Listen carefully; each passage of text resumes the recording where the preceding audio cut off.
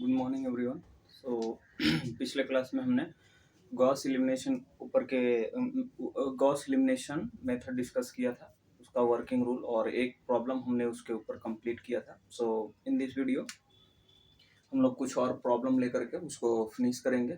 सो आइए स्टार्ट करते हैं।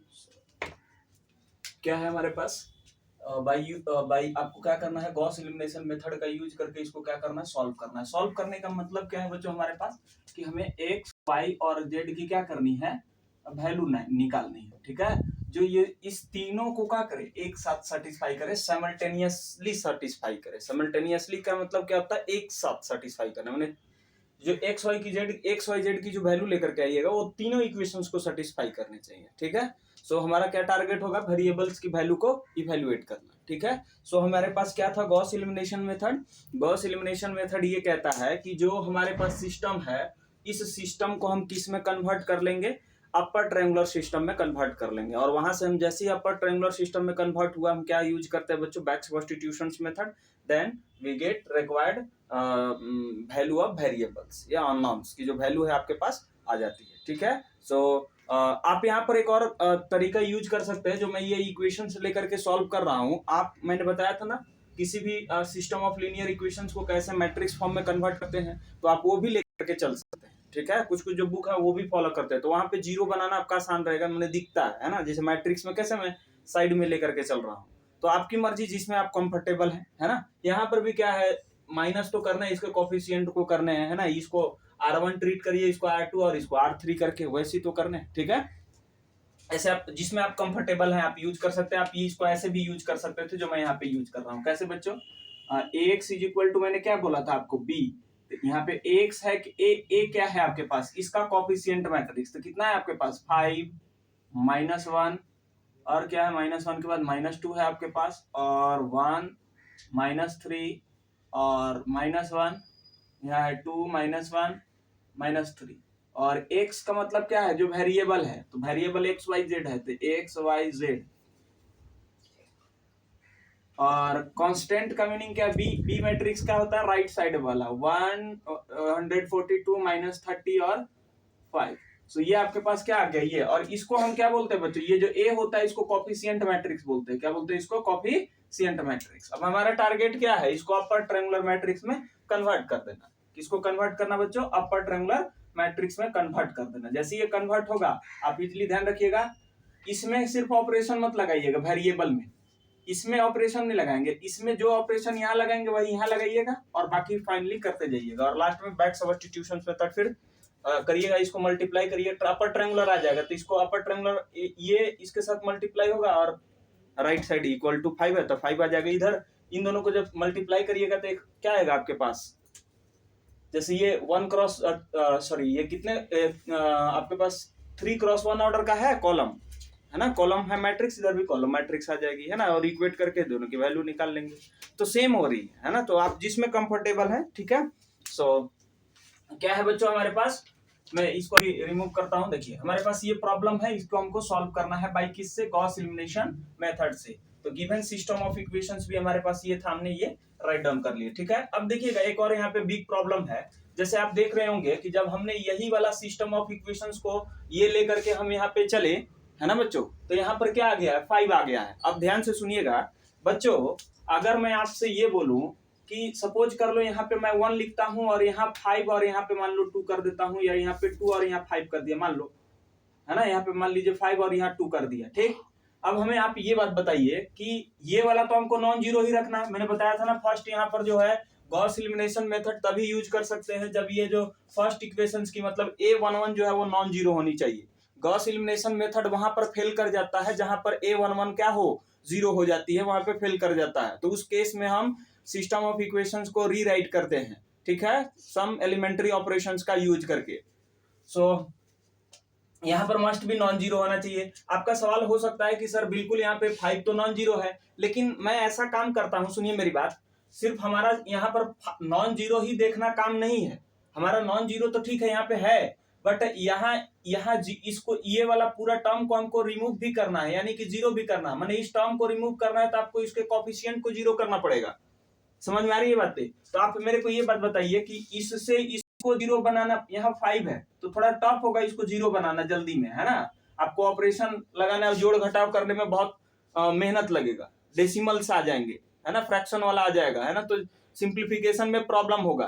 तो ऐसा क्यों ना किया जाए कि मेरे पास अगर कुछ ऐसा हो कि मैं यहाँ पे 1 बना लूं, क्या बना लूं, 1 बना लूं। तो बहुत 1 बना लेने से होगा क्या कि देखिए, तो यहाँ 5 है, यहाँ क्या है, 1 है, तो इसको मैं 5 से मल्टीप्लाई करके इससे घटा दूंगा, तुरंत क्या जाएगा, ये वाला टर्म जीरो हो जाएगी।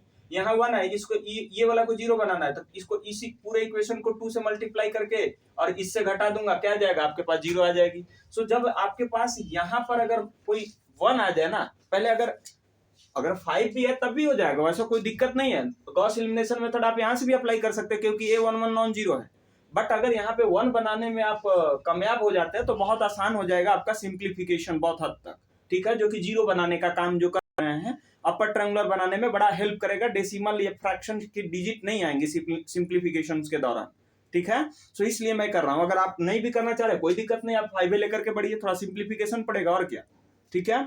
सो मैं यहाँ क्या कर रहा हूँ, देखिए यहाँ 5 है तो मैं चाह रहा हूँ कि ये वाला, अगर ये वाला इक्वेशन को मैं यहाँ लिख दूं और ये वाला इक्वेशन को यहाँ कर दूं, मतलब R2 के R1 के जगह पे और R1 को R2 के जगह पे रिप्लेस कर रहा हूँ, इंटरचेंज कर रहा हूँ। ये R1 है, ये मेरा R2 है और ये R3 है, तो मैं क्या कर रहा हूँ बच्चों, इंटरचेंज कर रहा हूँ R1 को R2 से, R2 को R1 को, है ना। इससे होगा क्या कि मैं ये करूंगा, यहाँ पे नॉन जीरो भी हो जाएगा और क्या हो जाएगी, 1 भी मेरा बन जाएगा, ठीक है। तो आप पहला टारगेट ये रखिएगा तो बेटर रहेगा, है ना। नॉन जीरो के साथ देख लीजिएगा, 1 वहां पे बनाने का प्रयास करिएगा किसी रो को इंटरचेंज करके, ठीक है। अच्छा, जैसे मान लीजिए कि हम R1 को R2 के जगह पर लिख रहे हैं और R2 को R1 के जगह पर, तो जो हमारी सिस्टम है वो चेंज नहीं हुई है। ये नहीं कि पहले वाला हमको तो सर इसको सॉल्यूशन निकालना है, आप चेंज कर दिए, रो को इंटरचेंज कर दिए तो सिस्टम चेंज हो गया, बिल्कुल नहीं, है ना। सिस्टम कब चेंज होता है, जब हम ऐसा करते हैं कि z के कॉफिशिएंट को हम x के कॉफिशिएंट पे लिख रहे हैं और x का कॉफिशिएंट को z के कॉफिशिएंट पे लिख रहे हैं, तब जाकर के आपकी सिस्टम चेंज हो जाएगी। समझ में आ रही है मेरी बात, या x के कॉफिशिएंट को y के जगह पे और y के जगह कॉफिशिएंट को x के जगह पे लिख रहे हैं, तब सिस्टम आपकी माने चेंज हो जाएगी, नया सिस्टम बन जाएगा, क्लियर है। लेकिन अगर किसी इक्वेशंस को आप इंटरचेंज कर रहे हैं तो उससे जो आपके गिवन सिस्टम है वो उसी के इक्विवेलेंट होगी, कोई इफेक्ट नहीं आएगा उसके सॉल्यूशंस में, ठीक है।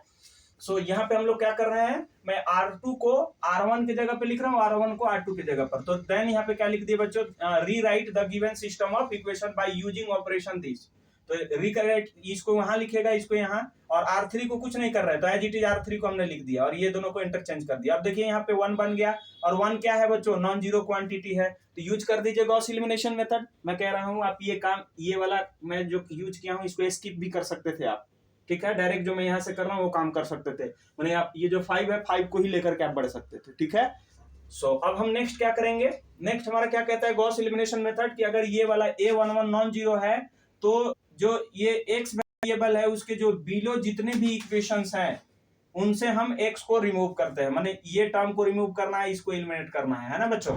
तो 3 और 4 इक्वेशन से x को रिमूव करना है, तो यहाँ पे लिखेंगे सिंस A11 क्या है, 1 नॉट इक्वल टू 0 ना, to eliminate the variable x को एलिमिनेट करना है हमको किससे, 3 और 4 इक्वेशन से, तो फ्रॉम 3 and 4 इक्वेशन से ना, यहाँ पे 3 लिख लीजिएगा और यहाँ 4, ठीक है। 3 and 4 इक्वेशन से क्या करेंगे, एलिमिनेट करेंगे बाय यूजिंग दिस ऑपरेशन। कैसे, यहाँ पर देखिए तो ये ऑपरेशन मैं कैसे यूज किया हूँ, देखिए यहाँ पे, यहाँ जो है आपके पास क्या है, यहाँ 1 है, तो ये जब 1 है तो इसको 5 से R1 को, देखिए ये R1 है आपका, R1 को 5 से मल्टीप्लाई करके और R2 में से R1 को घटा दीजिए, 5 से मल्टीप्लाई किया तो यहाँ 5 आ गया, तो 5 - 5 क्या आ जाएगा, 0 आ जाएगा।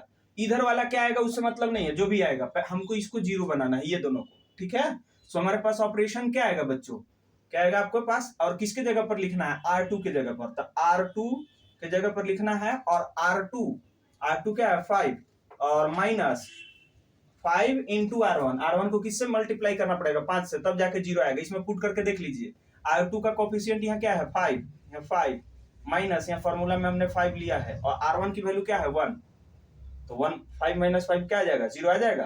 तो ये टेस्ट भी कर सकते हैं ऑपरेशन वैलिड है कि नहीं हमने, है ना। तो ये आ गया, और इसके लिए क्या करोगे, तीसरा रो के लिए, तीसरा रो को इसको 2 से, ये वाला को क्या करोगे, मैंने R1 को किससे मल्टीप्लाई करोगे, 2 से मल्टीप्लाई करके और R3 में से घटा लोगे, तो तो R3 में से इसको घटा लिए, ठीक है ना बच्चों। सो ये हमारे पास आ गया। अब ये 0 हो गया और बाकी इधर के कुछ कोफिशिएंट्स आएंगे, ठीक है आपके पास। तो आप मैट्रिक्स वाला में कर लीजिएगा तो बेटर रहेगा, या डायरेक्ट भी आप कर सकते हैं। मैं यहीं पे बता देता हूँ आपको, मैट्रिक्स अगर नहीं यूज करना चाह रहे तो ये ऑपरेशन हमको यूज करना है इसके लिए। तो देखिए पहला वाला रो को तो मैं डिस्टर्ब नहीं कर रहा हूँ, तो एज इट इज हमने लिख दिया पहला वाला रो को, ठीक। सेकेंड रो से ये दोनों तो 0 हो गए, तो एक्स वाला कोफिशिएंट यहाँ से हटा दिया। अब वाई और जेड का कोफिशिएंट यहाँ आएगा और इसका चेंज होगा। तो अब देखिए मैं पहले ये वाला ऑपरेशन अप्लाई कर रहा हूँ, ठीक, और R2 के जगह पर लिखूंगा, है ना। ये वाला क्या आएगा मेरा R2, दूसरा इक्वेशन हमारे पास क्या आएगी। सो देखिए ये वाला तो 0 हो गया एक्स वाला, तो एक्स वाला प्रॉब्लम नहीं है। अब देखिए R2 देखिए, तो ये वाला हम देखना चाह रहे हैं R2, वाई का कोफिशिएंट क्या आएगा। तो R2 की जगह पर मेरा -1 है, -1, और यहाँ पे फॉर्मूला में -1 और 5 है, और R1 देखिए इसके कोरस्पॉन्डिंग R1 कौन है, ये देखिए -3 है, तो माइनस माइनस यहाँ +3 हो जाएगा, और कितना आ जाएगा 15 में से 1 जाएगा, क्या जाएगा 14 आपके पास। तो देखिए 14, एक मिनट,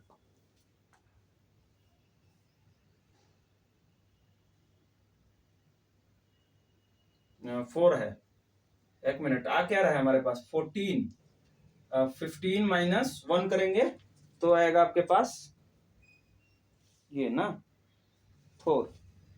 एक मिनट बच्चों, एक मिनट, मेरे पास जो इक्वेशन है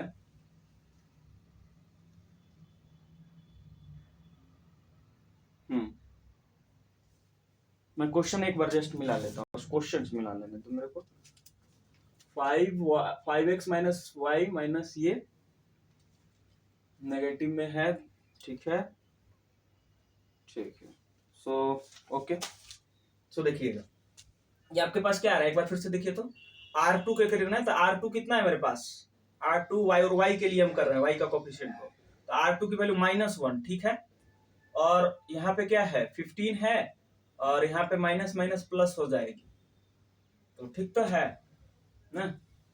तो 14 आएगा, यहाँ पे क्या आएगा 14 आएगा, इसको भी ठीक कर लीजिएगा, है ना, थोड़ा प्रॉब्लम हो गई है लिखने में, है ना, एरर हो गई होगी, ठीक है। अब नेक्स्ट आइए, अब ये जेड का कोफिशिएंट क्या आएगा, तो -2 -5 है, इनटू में क्या है बच्चों R1 क्या है हमारे पास, जेड के कोरस्पॉन्डिंग यहाँ देखिए -1, माइनस माइनस ये +1, तो मल्टीप्लाई करिएगा तो क्या आ जाएगा, 5 में से 2 जाएगा 3 आएगा, तो 3z, ये सही है। और लास्ट अभी कांस्टेंट वाली, तो कांस्टेंट वाली R2, तो R2 में क्या है इसके, ये देखिए R2 142, और माइनस ये क्या है 5, और इनटू माइनस माइनस प्लस आ जाएगा ये, तो 30 × 5 = 150, तो 8 आ जाएगा ना, एक मिनट नहीं, हाँ ठीक है 150 आ जाएगी, और इसको जब आप ऐड करोगे, सॉरी 150 ठीक तो है, और ये 149, इसको ऐड करोगे तो 292 आ जाएगा, तो 292 ये ठीक है। आगे आपके पास यहाँ पे 14 होगा, इसको ठीक कर लीजिएगा एक बार, या फिर से मिला लीजिए, तो -1 यहाँ पे, और यहाँ पे माइनस माइनस 15 हो, मैंने ये 15 हो जा रही है, ठीक है, 4 नहीं आएगा, है ना, यानी हाउ 4 नहीं आ रही है, 14 ही आ रही है, ठीक है। सो मैंने गलत लिख रखा था। अब नेक्स्ट यहाँ पे आइए, अब थर्ड वाला रो, ये तीसरा रो अप्लाई करिए, तो ये वाला तो 0 हो जाएगा एक्स का कोफिशिएंट। अब वाई का कोफिशिएंट क्या है आपके पास यहाँ पे -1 माइनस फार्मूला में, और ये इनटू में 2 है, R1 वाई के कोरस्पॉन्डिंग R1 ये वाला है, तो माइनस माइनस प्लस यहाँ पे क्या आ जाएगा 3 2 = 6, वो में से -1 करिएगा 5y, सही है ये। नेक्स्ट आइए R3 यहाँ पे कितनी है आपके पास बच्चों, -3 है, और माइनस फार्मूला में ऑलरेडी है। R1 देखिए, तो R1 -1 है, तो माइनस माइनस +1 हो जाएगा, कितना आ जाएगा ये -1 आ जाएगा, क्या आ जाएगा आपके पास -1 मतलब जेड का कोफिशिएंट को कर रहे हैं, तो जेड यहाँ पे -z, तो 1 आ रहा है, -1 तो -z हो गया। अब कांस्टेंट वाला देख लीजिए, तो कांस्टेंट में क्या है बच्चों, देखो 5 है यहाँ पे, R3 -2 फार्मूला में ये वाली, R1 देखो तो 30 है, और भी प्लस की 30 आ जाएगी, तो कितना 30 × 60 में से 60 और 5 क्या आ जाएगा 65, 65, एक डिजिट गड़बड़ हो गई थी। सो ये हमारे पास टोटल क्या है आपके पास, क्या आ गया आपके पास, ये रिड्यूस सिस्टम आ गया, मैंने एक्स वाला जो है टर्म क्या हो गया 0 कर दिया हमने, मैंने यहाँ पे 0 आ गया, ठीक। अब हम क्या करते हैं नेक्स्ट हम क्या करते हैं, अच्छा ये देखिए इसको क्या बोलते हैं बच्चों, फर्स्ट पाइवोट एलिमेंट बोलते हैं, क्या बोलते हैं, फर्स्ट पाइवोट एलिमेंट। और ये पूरा इक्वेशंस को क्या बोलते हैं, फर्स्ट पाइवोट क्या बोलते हैं, equation, first pivot equations. Clear है? और इसको फर्स्ट पाइवोट एलिमेंट बोलते हैं। क्लियर है? याद रखिए, बस रिमेंबर रखना है, वैसा कुछ ये नहीं है, इसको मेंशन नहीं करना है।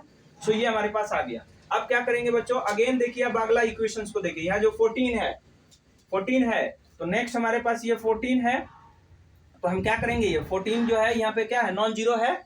14 हमारे पास क्या है बच्चों, नॉन जीरो क्वांटिटी है, तो नॉन जीरो क्वांटिटी है तो हम क्या करेंगे, ये फिर यहाँ पे अबर बार वाई के इससे, ये जो 14 है इसके नीचे का कौन कौन इक्वेशन है, एक ही इक्वेशन है, तो उससे वाई के कोफिशिएंट को जीरो करेंगे, मैंने ये वाला पूरा टर्म को क्या करेंगे, जीरो बनाएंगे। समझ में आ रही है हमारी बातें? सो ये हमारी ये हुई। सो वाई को इलिमिनेट करना है किस इक्वेशन से, 7 से। सो आइए लैंग्वेज हम लोग लिखते हैं यहाँ पे। सो ये पूरा मैं रिमूव कर देता हूं। आप मैट्रिक्स में भी कर सकते हैं, वहां से आसान रहेगा, उसको जोड़ घटाव करना है ना, ये भी ठीक रहेगा। और ये भी है कितना बड़ा है। सो गॉस एलिमिनेशन दे दिया एग्जाम में तो अच्छा है ना। और यहाँ पे क्या करेंगे बच्चों, कौन सा ऑपरेशन, पहले ये लिख लीजिए, ये लैंग्वेज सिंस क्या है बच्चों, A22 जो है सर वो हमारे पास है 14 है, तो 14 और विच इज नॉन जीरो।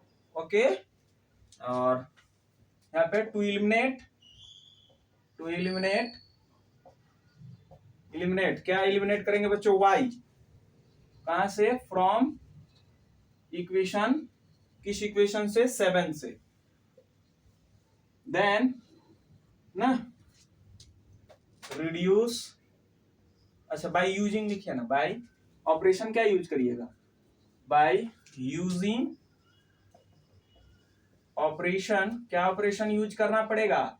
सो देखिएगा मैं लिख रहा हूं यहाँ पे, यहाँ 5 है तो यहाँ भी 5 बनाना पड़ेगा, तो इसको 14 से डिवाइड करके ऊपर 5 से मल्टीप्लाई करना पड़ेगा। क्या करना पड़ेगा, यहाँ 14 है ना, तो देखिए तो यहाँ 5 बनाएंगे कब, 14 है ऑलरेडी यहाँ पे, तो हम क्या करेंगे 14 से सर डिवाइड कर देंगे और फिर 5 से मल्टीप्लाई। देखिए 14 से डिवाइड करिएगा तो ये 14 कैंसिल, यहाँ 5 बन जाएगा, 5 - 5 क्या हो जाएगा, 0। तो क्या करिएगा ऑपरेशन किसके लिए है, तीसरा रो के लिए, तो R3 टेंस टू R3 में से घटाऊंगा, R3 मैंने 5 हो गया, और क्या करूंगा मैं 14 मैंने 14 तो ऑलरेडी फॉर्मूला में 5/14 से मल्टीप्लाई करूंगा, किसको, R2 को, 5/14 से मल्टीप्लाई करूंगा सर R2 को। ओके, सो ये हमारा रहा कंप्लीट, ये ठीक है। अब जैसे ही आप ये ऑपरेशन यूज करेंगे, देन द सिस्टम ना रिड्यूस इनटू, तो किसमें रिड्यूस हो जाएगा, आते हैं बच्चों देख लिया जाए, है ना। सो मैं इसमें मैं चाहूं तो मैं डायरेक्ट कर सकता था, डायरेक्ट मैं नोट्स से लिख सकता हूं, लेकिन मैं सोच रहा हूं कि मैं कर रहा हूं, कुछ बच्चों को इसमें दिक्कत होगी, ठीक है। सो इसलिए मैं जो हूं पूरे कंप्लीट कर रहा हूं इसको। सो आप देखिए और इसमें सीखिए, और नहीं तो कोई इलाज नहीं है इसका, आप जाइए 12th का बुक उठाइए और उसमें देखिए ऑपरेशन क्या था, ठीक है।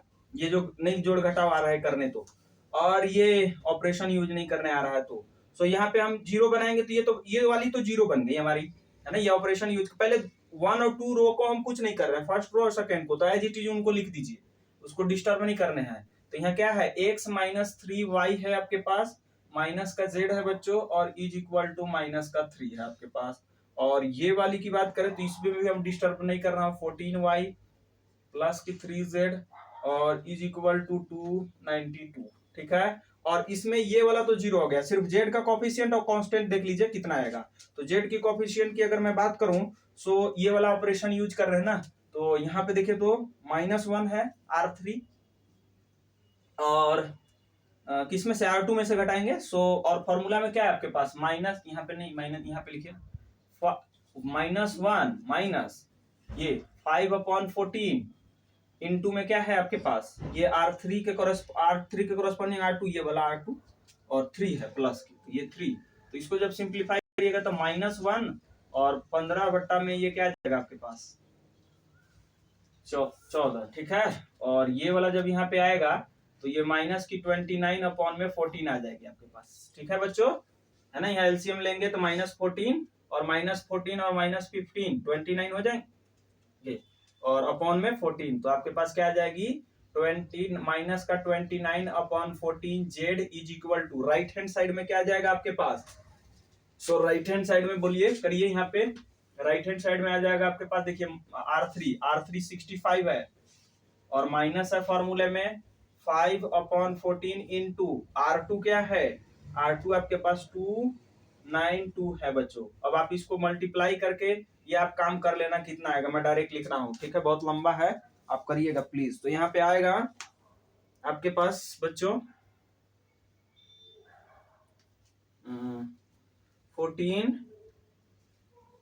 514 आएगी आपके पास, ठीक है। तो देख लीजिएगा कितना आ रहा है ना, सिंप्लीफिकेशंस क्लियर है, या मैं कर लूं इसको, है ना, गड़बड़ ना आ जाए, फिर देख लेता हूँ। अच्छा मैं कर लेता हूँ, नेगेटिव आ रही थी इसमें जो है नेगेटिव आ रही है ना, थोड़ा इसमें भी करेक्शन है, 1 मिनट रुक जाना, 1 मिनट। -1 जो है यहाँ पे, ये -1 था, इसमें सही आ रहा है ना, इसमें देख लो पहले, ये वाली, ये -1 था और माइनस का वहां पे 5/14 और प्लस की यहाँ पे 3 थी, तो 5 दिया 15, और ये तो माइनस आ रही है भाई, ये माइनस आ रही है। और ये वाली की अगर मैं करूं यहाँ, तो यहाँ कितना आ जाएगा, एलसीएम लोगे तो यहाँ पे आ जाएगा 65 इंटू 14 माइनस, इसको मल्टीप्लाई करोगे तो 0 आ जाएगा, और 9 पे 6 45 और 1 46 आ जाएगा, और 5 दूना 10 और 4 14 आ जाएगा, इतना आ जाएगा, और अपॉन में 14 आ जाएगी। इसको मल्टीप्लाई कर लो, इसको मल्टीप्लाई करोगे तो कितनी आएगी आपके पास, इसको 65 को मल्टीप्लाई करो, ये काम कर लेना चाहिए, इसमें भी एरर है, थोड़े से आगे है। सो ये क्या आ जाएगा, 20 24 और 2 26 और ये 65, तो 0 11 और 8 और 1 9, सो 910 माइनस में ये आ जाएगा। फाइनली सिंप्लीफाई करोगे तो नेगेटिव ऑफ ये आ जाएगा, ठीक है, अब करके देख लेना ना, 9 और 5 14, ठीक है, 555 आ जाएगी, और डिनोमिनेटर में 14 आएगा, ठीक है, अब कर लीजिएगा, ठीक है। अब ये आ गया, अब यहाँ पे ये आ गया, अब यहाँ पे इसको इक्वेशन कुछ नाम दे दीजिए बच्चों, है ना, इसको क्या चल रहा था, 7 तक शायद आ चुका था, तो ये 8 दे दीजिए, इसको 9 दे दीजिए, और इसको 10 दे दीजिए, और ये जो इक्वेशन आ गया है, अब ये आपके अपर ट्रायंगुलर सिस्टम में कन्वर्ट हो गई है, जो गिवन हमारा इक्वेशन था जिसका हमको सॉल्यूशन फाइंड करना था। यहाँ क्या लिखेंगे, देन ये which is upper triangular system, upper triangular system में क्या आ गया, रिड्यूस हो गई। अब क्या करेंगे, हमको अननोन्स की वैल्यू निकालनी होगी, क्या करनी होगी, अननोन्स की, तो उसके लिए क्या यूज करिएगा, बैक सब्स्टिट्यूशन मेथड। तो फॉर अननोन्स ना by using back substitution method, back substitution method, okay. Back substitution method से हम क्या करेंगे, अननोन्स को फाइंड आउट करेंगे। सो फ्रॉम इक्वेशन लास्ट वाली 10 इंप्लाइज क्या करेगा, यहाँ से z बराबर क्या आ जाएगा बच्चों, z इज इक्वल टू क्या आ जाएगा, 550 अपॉन में 29 आ जाएगी, क्लियर है, 29 आ जाएगी, ठीक है, बिल्कुल सही है। और जब आप इसको सिंप्लीफाई करोगे तो यहाँ पे आ जाएगा 18.96, ठीक है, ये हमारे पास आ गया। अब इस वैल्यू को कहाँ पुट करेंगे, इक्वेशन 9 में। So putting the value of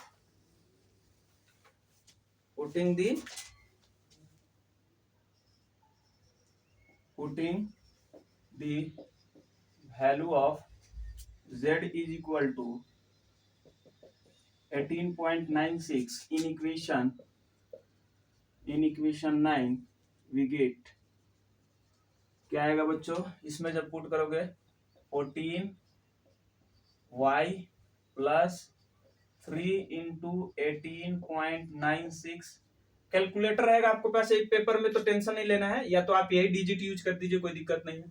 और आपके पास आ गया 292, तो यहाँ से आपके पास y जब निकालेंगे बच्चों, तो y इज इक्वल टू क्या आ जाएगा, 292 माइनस इसको 3 इंटू आ जाएगा 1896 अपॉन में इधर का 14 आपके पास आ जाएगा, ठीक है। सो क्या जाएंगे आपके पास, यहाँ से y की जो वैल्यू आएगी, ये हमारे पास क्या आ गया है z आ गया है, और y की जो वैल्यू आ जाएगी आपके पास, मैं लिख देता हूँ यहाँ पे डायरेक्ट, y जो आ जाएगा वो 235 इंटू 14, डॉट है, डॉट डॉट मैंने डेसिमल, और ये 14 डॉट मैंने डेसिमल नहीं, मैंने डेसिमल है, ठीक है, ये आ गया। अब इन दोनों इक्वेशंस को कहाँ पे पुट करेंगे, इस सब वैल्यू को हम किस में पुट करेंगे, 8 इक्वेशंस में। तो यहाँ पे लैंग्वेज लिख लेता हूँ मैं, इसको अभी रखा हूँ, डिलीट नहीं कर रहा हूँ। यहाँ पे अगेन क्या करेंगे, again putting the value of y and z in equation 8, we get अब इसको डिलीट करता हूं मैं। यहाँ पे पहले लिख लेता हूँ x minus 3y minus z is equal to minus, इसी में पुट करना है, सो इसको रिमूव कर दीजिए। तो क्या है बच्चों, x माइनस 3, y की वैल्यू आपने ये निकाला है 235 डेसिमल 12 14 प्लस है माइनस है 2 माइनस जेड है, यहाँ माइनस की ये जेड है, सो जेड की वैल्यू भी तो है, जेड कितनी है 1896 is equal to right hand side में क्या है -30। जब आफ्टर सिंप्लीफाई करोगे बच्चों इसको, तो आपके पास आ जाएगा जेड की वैल्यू, जब इसको इस सबको उधर ले जा करके सॉल्व करोगे, सो एक्स इज इक्वल टू आपके पास आ जाएगा 39.33 आ जाएगी, ठीक है। सो मैं उम्मीद करता हूँ कि आपको ये कंप्लीट हुआ, समझ में आया होगा ये। तो ये था गॉस एलिमिनेशन मेथड है। सो यहाँ पे आपके पास क्या आ जाएगा ये हो गया। अब फाइनली लिख दीजिए ना answer, hence x is equal to क्या आ गया 3933, y की वैल्यू यही तो हमको चाहिए था 18.96, और z आ गई आपके पास, z क्या था बच्चों 18, सॉरी ये y नहीं है, सॉरी ये x, और y क्या है ये जो है z की वैल्यू थी 235 अपॉन में 14 ना। सो ये हमारे पास आ गया आपके पास सॉल्यूशन, विच इज रिक्वायर्ड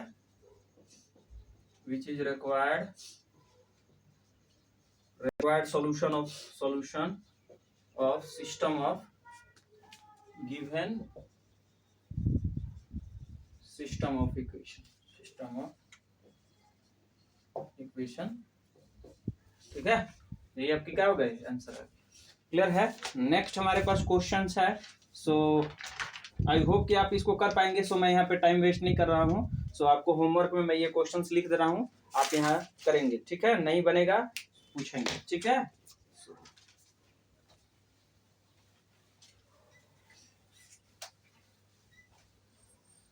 तो आपको गॉस एलिमिनेशन मेथड का ही यूज करना है और ये जो मैं प्रॉब्लम लिख रहा हूँ इसको बना के रख लीजिएगा, ताकि आपको लास्ट में प्रॉब्लम ना हो, ओके। सो यहाँ पे लिखते हैं गॉस एलिमिनेशन का फर्स्ट, ये क्या है हमारा सेकेंड था, और मैं ये थर्ड प्रॉब्लम लिख रहा हूँ क्वेश्चन, ओके। थर्ड है x plus y plus z is equal to 9, 2x minus 3y plus 4z is equal to 13, 3x plus 4y plus 5 is equal to, है ना, जोड़ घटाव है, आप करिए, इसमें ज्यादा कुछ है नहीं। फोर्थ क्वेश्चन होमवर्क में प्लीज करेंगे, ठीक है। ये सारे क्वेश्चन आपके आए हुए हैं, ठीक है। x plus 2y plus z is equal to 8, 2x plus 3y plus 4z is equal to 20, और 4z मेथड सीखिए, क्योंकि इसमें कुछ भी डिजिट अलग अलग कोफिशिएंट चेंज करके दे सकता है कोई भी क्वेश्चन, ठीक है। सो ये आ गया आपके पास, और एक लास्ट है क्वेश्चन, ये वाला क्वेश्चन थोड़ा मुश्किल है देना, बट मैं भी दे सकता है, क्योंकि 4x4 ऑर्डर का है। सो है क्या इसमें, कुछ नहीं है, दे सकता है, ठीक है। तो आप प्रिपेयर रहेंगे। हम जैसे 3 वेरिएबल के लिए कर रहे थे, वैसे कितने वेरिएबल के लिए करेंगे, 4 वेरिएबल के लिए करेंगे, है ना बच्चों। सो एक एक्स्ट्रा काम हो जाएगा, 5u, ये u है, is equal to 6 minus 6x plus 8y plus z, sorry minus z minus 4u is equal to 5। 3x plus y plus 4z 4 है ये, plus 11u is equal to 5, 5x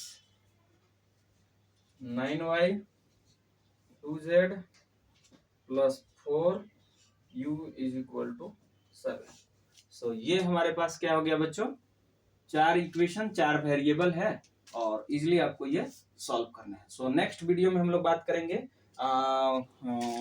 second जो इसमें method पढ़ना है क्या था, matrix inversion bye ट्रायंगुलराइजेशन method, उसका meaning क्या होता है उसमें हम अगले ही क्लास में डिस्कशन करेंगे, है ना। जस्ट सिर्फ इनवर्स फाइंड करना है ना, ट्रायंगुलर मैट्रिसेस का यूज करके, ठीक है। सो ये हम जो है नेक्स्ट वीडियो में डिस्कशन करेंगे, ठीक है।